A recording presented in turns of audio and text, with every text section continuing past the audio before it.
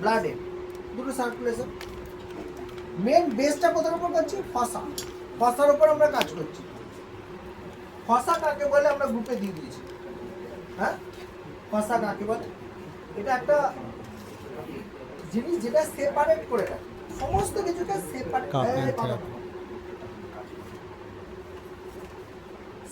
করার কাজ করে। এ সার্কুলেট করতেও কাজ করে, যাতে আরো ইজিলি ব্যাপারটা হয়। না না, দূরে দাঁড়ো, অনেক জায়গা আছে, পিছনে যাও।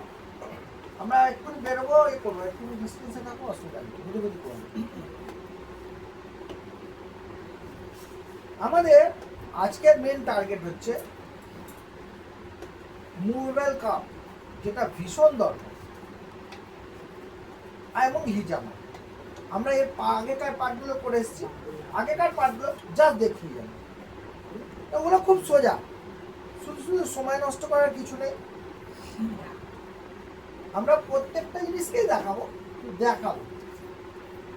নিজেদের কাজ হচ্ছে মুভেবল কাপ কেন করছি, কোন কোন জায়গায় কিভাবে করতে হয় সেগুলো শেখাবো। আর হচ্ছে হিজামা শেখাবো, বা ওয়েট কাপ।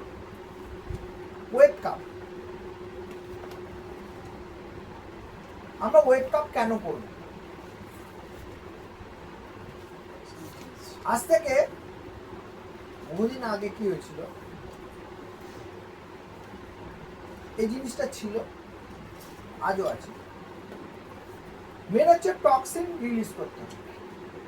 আমাদের প্রত্যেকের শরীরে টক্সিন আছে, এইটা নিয়ে শুধুমাত্র আলাদা একটা ক্লাস করা হবে।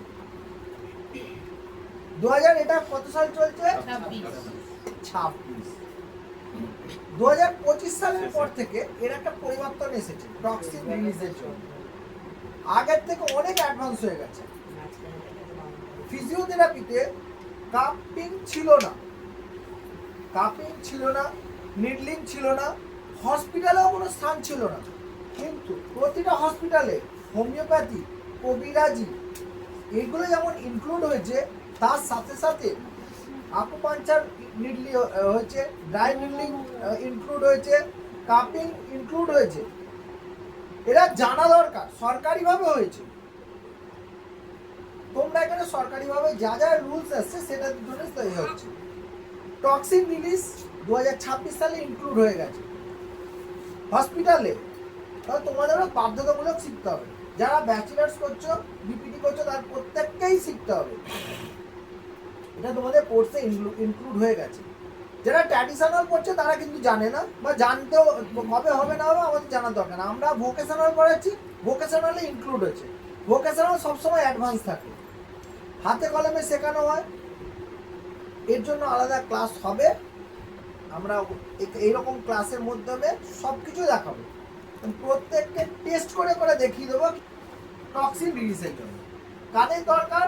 যাদের টক্সিন অতিরিক্ত পরিমাণে আছে, বা স্টেরয়েড নিচ্ছে, বা অন্য কোনো প্রবলেমের মধ্যে ভুগছে। এই ছেলেটার একটা প্রবলেম আছে, এখানে এসেছে কেন? প্রবলেম সলভ করার জন্য। এটা আর একটা প্রবলেমের মধ্যে ফেলে দাও, দেখবে আগের প্রবলেমটা কেটে গেছে। বুঝলেন?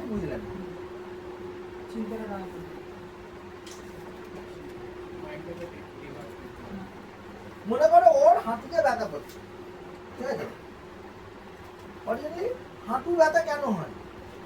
হাঁটুর থেকে ব্যথা হচ্ছে না, হয় না, কোমরের থেকেই হয়। এটা আমরা জানি, প্রমাণ করে আমরা দেখে নিয়েছি। কয়েক হাজার রুগীকে অন্তত দেখিয়েছি, যারা অন্তত 4-5 মাসও আছে, তারাও দেখেছে। মুড়ির মতন আমরা কাজ করি, প্রত্যেকটা সাকসেস রেট হাই, এবং প্রত্যেকে এত স্টুডেন্ট রয়েছে, তারা প্রত্যেকে কিন্তু তাই করে। এইবার যারা জানে না তারা সেটা আলাদা হবে। যারা জানে না ঠিক আছে, যারা জানে তারা তো জানে। এবার আমি কোমরটাই ধরবো, হাঁটুতে করবো না। মনে করো ওর হাতে ব্যথা করছে, দেখি এটা এই যে মারলাম, ওইটা থেকে যদি এটা বাড়িয়ে দিলাম, সমস্যা তৈরি করলাম। ও তখন এদিকে চলে যাবে। মারবো আর একটা দেখো ওটা ভুলে যাবে। এটা কনভার্ট করা হচ্ছে। নেতাদের কাছে যাবে একটা ইয়ে নিয়ে, আমি সামাজিক দিক থেকে নেতারা তোমাকে হ্যাঁ ঠিক আছে সব করে দেবো দিয়ে দেবে, তোমার কাছে পয়সা খেয়ে বসে আছে। তোমার একই কাছে আর্থিক অসুবিধার জন্য গিয়েছিলে, তোমাকে আরো আর্থিক অবস্থায় আরো প্রবলেম ক্রিয়েট করে দেবে। ঠিক আছে ছেড়ে দাও, এখন নেতা মন্ত্রী বলা উচিত না।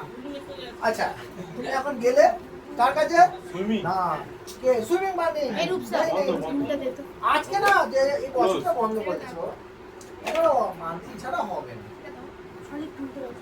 কে সুইমিং কেস না এত ভেতরে উঠে চলে এসেছি, গেট লক খোলা নাকি? এই গেট লক করো প্লিজ, গেট লক করে ভেতরে এখানে কি করে আসে? বাইরে কি করে ঢুকছে? এটা বসা চলবে না, বাইরে ক্লোজ পোর্ট রয়েছে, বন্ধ করেছি।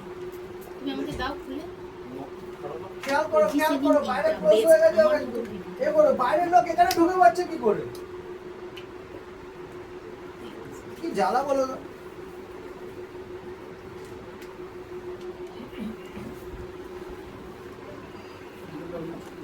এবার অ্যাস্ট্রোলজারের কাছে গেছে, গণৎকার গুনে গেছে নাকি সব বলে দেবে? গেলে তুমি তোমার ফ্যামিলির সমস্যা নিয়ে, ও বলবে এই মাদুলি দরকার, এই আংটি দরকার, যাকে মেপে নেবে তোমার কত পয়সা আছে নে এরকমটা খেয়ে নিল। ঠিক আছে, ওখান থেকে কমিশন ওই ইত্যাদিতে হবে। একটা ডাক্তারের কাছে গেলে একটা সমস্যা নিয়ে দেখে নিল, ঠিক আছে আমি টেস্টগুলো করে নিয়েছি, গাছ যাও এবার টেস্ট করো, নে ফেসে গেলে শুধু টেস্ট করতে উল্টে যাবে। আদবে তোমার যে কাজের জন্য গেছো সেটা আর হবে না। তাহলে সিস্টেমটা এইরকম, এটা সমাজ ব্যবস্থা খুব সুন্দর সিস্টেম করে রেখেছে, এটাই ঠিক। তুমি যদি সঠিকভাবে করতে যাও তখন কিন্তু দেখবো হচ্ছে না, তাহলে আমাকে সেটা হওয়াতে হবে।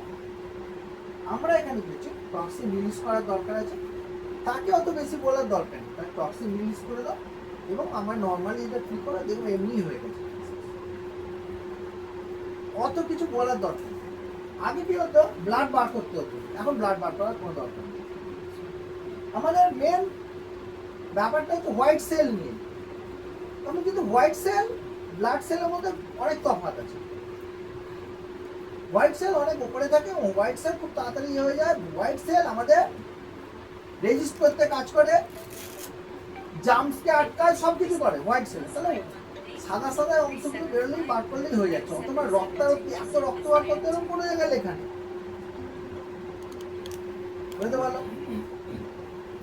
এবার মনে করেন ব্লাড আমি অতটা বার করবো না, তার জন্য কি করতে হবে জানো? আইস দিতে হবে একটুখানি, ওর মধ্যে সুন্দর কাজ করবে। আজকে আমি দেখিয়ে দেবো কত সুন্দরভাবে হয়। একটু বরফ দিয়ে দাও বা একটু ঠান্ডা জল দিয়ে দাও, কাজ শেষ। এগুলো আরো আপডেট হচ্ছে, যত দিন যাচ্ছে তত আপডেট হচ্ছে, বুঝতে পারলেন? যত দিন যাচ্ছে আপডেট হচ্ছে, সেই আপডেশন গুলো চোখের সামনে দেখাবো। যার যত ব্যথাই থাকুক, যত কষ্টই থাকুক, ইনস্ট্যান্ট রিলিফ। আজকে সেটা করে দেখো, একটা আইটেম 100% কাজ হবে, একটা আইটেম 100% কাজ হবে। খুবই সোজা, তবে কাজের একটা নির্দিষ্ট নিয়ম কানুন আছে, হাইজিন মেনটেন করার একটা ব্যাপার আছে, এগুলোকে অবশ্যই মেনটেন করতে হবে। যা খুশি তাই ভাবে করা যায় না।